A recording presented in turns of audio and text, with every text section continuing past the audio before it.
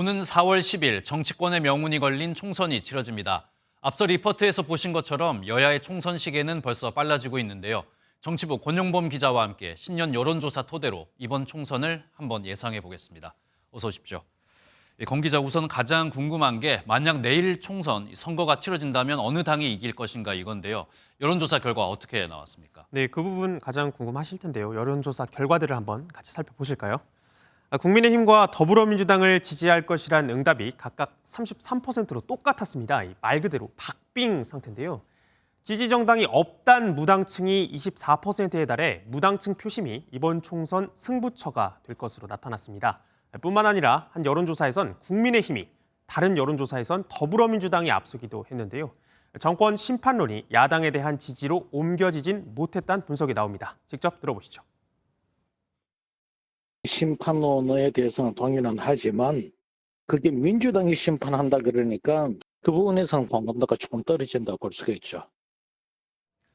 네, 아직까지는 어느 한쪽도 압도적인 우위를 점하지는 못하는 그런 모습인 것 같은데 여당인 국민의힘은 한동훈 비상대책위원장, 이 한동훈 효과에 좀 어느 정도 희망을 걸고 있지 않습니까? 네. 이 한동훈 효과 실체가 좀 증명이 됐나요? 네, 특히 2030 여성에게서 한동훈 국민의힘 비상대책위원장의 긍정적 반응을 얻고 있는 것으로 나타났는데요. 네.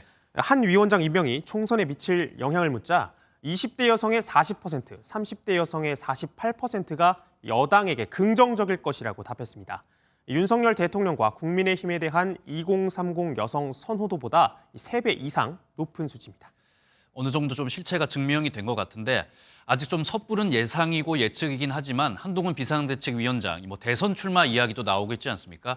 만약에 이재명 민주당 대표와 이렇게 대선에서 양자 대결을 했을 때 여론조사 결과 어떻게 나왔습니까? 네, 조금 앞서서 전망을 해보면 앞서 보신 여야 정당 지지도와 좀 같은 흐름을 보였습니다. 네.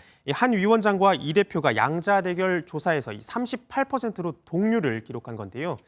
다자 대결에선 이 대표가 27%로 21%의 한 위원장보다 높았지만 3위와 4위가 모두 여당 후보들이었습니다. 네, 그리고 이번 총선에서 또 하나의 중요한 관전 포인트 중에 하나가 바로 신당인데 이준석 신당에 대한 여론은 좀 어떻게 나왔습니까? 네, 일단 서울과 경기, 인천 등 수도권 모두 신당 등 제3지대 정당이 필요하다는 응답이 40% 넘게 나왔습니다. 네. 이 서울 유권자 25.3%가 이준석 신당을 가장 호감 가는 신당으로 꼽았고요. 이 조국 신당과 이낙연 신당이 각각 15.1%와 12.9%로 그 뒤를 이었습니다.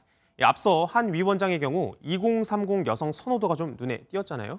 반면 이준석 신당의 경우엔 남성과 30대 이하, 국민의힘 지지층에서 지지한다는 답변이 많았습니다. 다만 이준석 신당 창당에 대해 찬성 46%, 반대 40%로 오차 범위 안의 여론조사 결과 역시 나오기도 했는데요.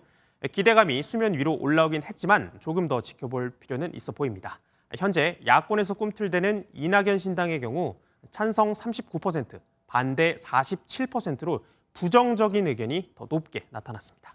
네, 향후 총선 동향도 저희가 함께 좀 지켜보도록 그렇게 하겠습니다. 지금까지 정치부 권용범 기자였습니다.